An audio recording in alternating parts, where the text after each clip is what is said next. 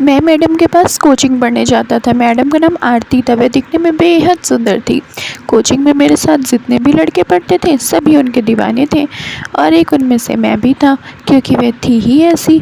उनकी खूबसूरती किसी को भी दीवाना बना सकती है।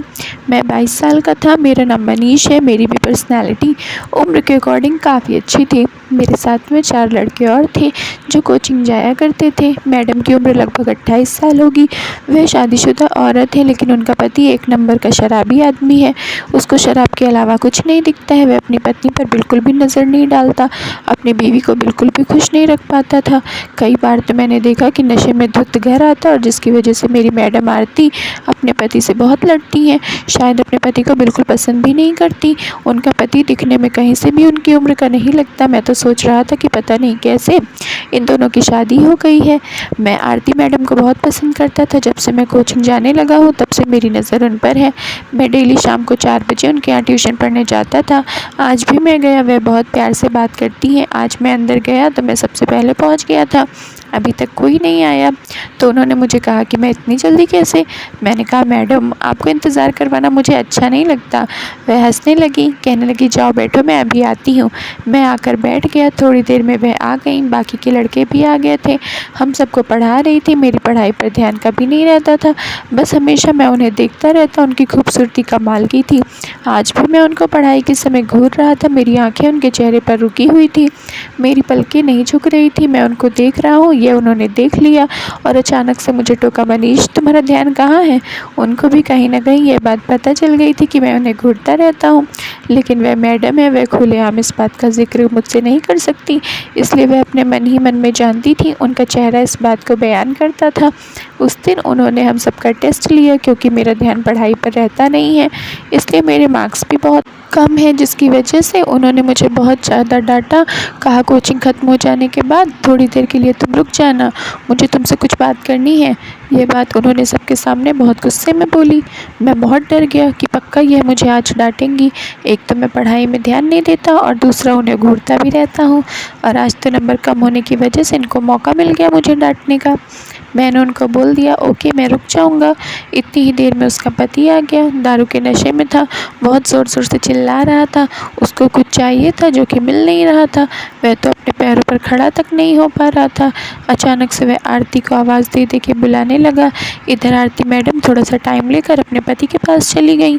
उन दोनों के बीच में बहुत बहस होने लगी। आरती मैडम तो उनको कुछ समझती नहीं थी, क्योंकि पूरा घर वह अपने ही पैसे से चलाती थी। यहाँ तक कि अपने पति को दारू के लिए भी पैसे वही देती थी। उनका बड़ा सा घर था। उनके घर में उनके पति के अलावा और कोई नहीं था। वह बहुत ज़्यादा डांट फटकार के बाद वह वापस आ गई, और जब अपने पति के पास गई थी तब जो मेरे बाकी के दोस्त थे साथ में, उनमें से एक बात कर रहा था यह मैडम बहुत ही जवान और खूबसूरत है, इनके ऊपर मेरी नज़र बहुत पहले से ही है। देखना एक दिन तो मैं इन्हें हासिल करके ही रहूँगा। उनमें से हर लड़के की यही कहानी थी। वह बात ही कर रहे थे कि तब तक वह आ गई। हो सकता है कि उन्होंने सुन भी लिया हो, पर उन्होंने कुछ रिएक्ट नहीं किया। कोचिंग का समय ख़त्म हो गया। मैडम यहाँ से चली गई, लेकिन मुझे तो वहाँ रुकना था। बाकी के लड़के भी अपने घर जा रहे थे। वह बोल रहे थे आज तो मैडम के साथ मैं अकेले रहूँगा, मुझे भी बताना कि क्या हुआ है। मैंने कहा क्या यार, मेरी तो फटी पड़ी है, पता नहीं आज मुझे कितना सुनाएंगी। एक तो मैं उन्हें देखता रहता हूँ, ऊपर से मेरे नंबर इतने कम आए हैं। वह लोग चले गए। कुछ ही मिनट में मैडम वापस आई और मुझे कहा कि मनीष तुम मेरे कमरे में आओ। थोड़ी देर में मुझे घबराहट हो रही थी कि मुझे कमरे में क्यों बुला रही हैं, और साथ में बहुत ही अंदर से खुश हो रही थी। कहीं ऐसा तो नहीं कि यह भी वही चाहती हैं जो मैं चाहता हूँ। लेकिन फिर से मैंने अपने दिमाग को डांटा और मैं होश में आया कि नहीं, ऐसा कैसे हो सकता है, मुझे कमरे में बुला रही हैं, ज़रूर कोई काम होगा। थोड़ी देर में वहीं वेट किया। उसके बाद में मैं उनके कमरे में गया। उन्होंने थोड़ी ही देर में इतना कुछ कर लिया, मैं उनको देखकर हैरान हो गया। उनको देखकर मेरा जी मचलने लगा। उनके पूरे घर में कोई नहीं था और उन्होंने इतने कम समय में नहा लिया, इसीलिए उनके बाल भीगे हुए थे। उसने बहुत ही खूबसूरत नाइटी पहन रखी थी, जिसको देखकर मुझे कमरे से बिल्कुल भी रहा नहीं जा रहा था। मैं उनके कमरे के दरवाजे पर खड़ा होता, वह मुझे आधा दिखाकर अंदर बुला रही थी। मैं अंदर गया तो मेरे करीब आ गई। ये मेरे गले में अपने दोनों हाथ डालकर कहने लगी तुम इतना डर क्यों रहे हो? मुझे पता है कि तुम मुझे बहुत पसंद करते हो और तुम्हारी नज़र कब से मेरे ऊपर है, लेकिन शायद तुम्हें यह नहीं पता है कि तुम जो चाहते हो उसके लिए मैं भी तैयार हूँ। मेरा पति मुझ पर बिल्कुल ध्यान नहीं देता, उससे कुछ भी नहीं होता है, वह एक नंबर का शराबी है। मैं भी अपनी ज़िंदगी में तन्हा हूँ। उनके मुँह से ये सब बातें सुनकर मुझे यकीन नहीं हो रहा था कि जिस बात का मैं सपना देखा था वह आज मैडम अपने खुद मुँह से बोल रही हैं। उनकी बात सुनकर मैं एकदम फ्री हो गया और बिना डरे मैंने उनको अपनी बाहों में भर लिया। मैं भूल गया कि मैं एक स्टूडेंट हूँ और वह मेरी टीचर। मैं उनको मैम मैम कहकर बुला रहा था, लेकिन उन्होंने मना कर दिया कि मैम क्यों, अब मुझे आरती बोलो। अब तुम मेरे स्टूडेंट सिर्फ लोगों के सामने हो तो उनके सामने ही मैम बुलाया करना, और ऐसे तो तुम समझ गए हो। उसके बाद हम दोनों के बीच बहुत कुछ हुआ। मैं वापस चला आया। सब कुछ ऐसे ही लगभग एक हफ्ते तक चलता रहा। मुझे बहुत अच्छा लग रहा था, मुझे बहुत ज़्यादा मज़ा आ रहा था। मैडम का पति उसके ऊपर ध्यान नहीं देता था, इसलिए उनको किसी गैर इंसान की ज़रूरत थी, मगर मुझे पसंद थी। जो मुझे पसंद था वह मुझे मिल चुका था। मैं बहुत ज़्यादा खुश था, लेकिन ये ज़रूरी नहीं कि जो चीज़ हमें अच्छी लगती है हमारे लिए सही ही हो।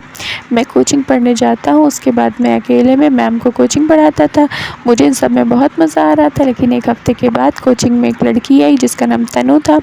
वह मेरी ही उम्र की थी, बहुत ही खूबसूरत।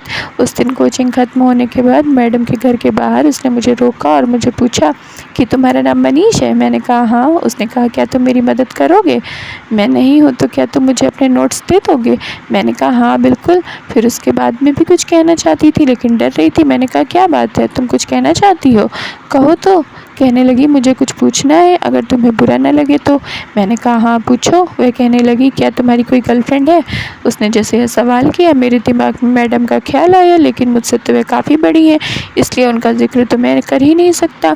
मैं उसे साफ साफ कह दिया नहीं मेरी कोई गर्लफ्रेंड नहीं है। फिर वह बहुत खुश हो गई और मेरी दोस्ती उससे काफ़ी अच्छी खासी हो गई और बहुत ही कम दिनों में मुझे उससे प्यार हो गया। वह तो मुझे पहले दिन से ही पसंद करती थी। तनु के साथ मुझे सिर्फ 3-4 दिन ही बीते थे। मेरा मन कहता था कि मैं हमेशा तनु के साथ में रहूं। मैडम को भूलना चाहता था। मैं जब भी तनु के पास होता आरती मैडम का फ़ोन आने लगता। वह मुझे अपने पास बुलाना चाहती थी। एक दिन उन्होंने मुझे मैसेज किया और ज़बरदस्ती मुझे अपने पास बुलाया। मैं उनके पास पहुंचा, वह मुझसे लिपट गई। वह पागलों की तरह बिहेव कर रही थी। वह कह रही थी मनीष मैं तुम्हारे बिना 1 मिनट नहीं रह सकती। 3 दिनों से मैं देख रही हूँ कि तुम मुझे इग्नोर कर रहे हो। तुम्हारा मन मुझ में नहीं लगता है, लेकिन मैं तुम्हें बहुत चाहती हूँ। मेरे जितना प्यार तुम्हें कोई और नहीं कर सकता। मैंने उनसे कहा कि देखिए मैं अब इस रिश्ते को और आगे नहीं बढ़ाना चाहता।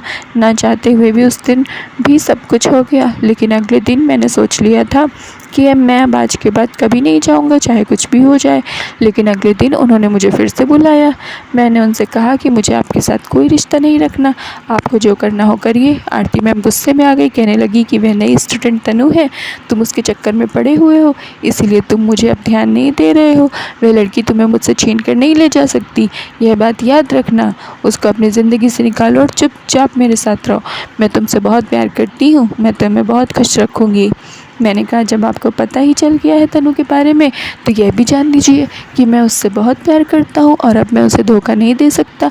जब मैं मेरी ज़िंदगी में नहीं थी तब मैं आपके साथ था और आप मुझे अच्छी लगती थी। आपने मुझे मौका दिया तो हम दोनों के बीच बहुत कुछ हो गया, लेकिन मैं उसको अब आगे नहीं बढ़ा सकता। मैं लोगों से क्या कहूँगा कि मैं 28 साल की औरत के साथ में यह सब कर रहा हूँ। मैडम बहुत गुस्सा हो गई। फिर उन्होंने मुझे एक वीडियो दिखाई जिसमें मैं और मैडम थे।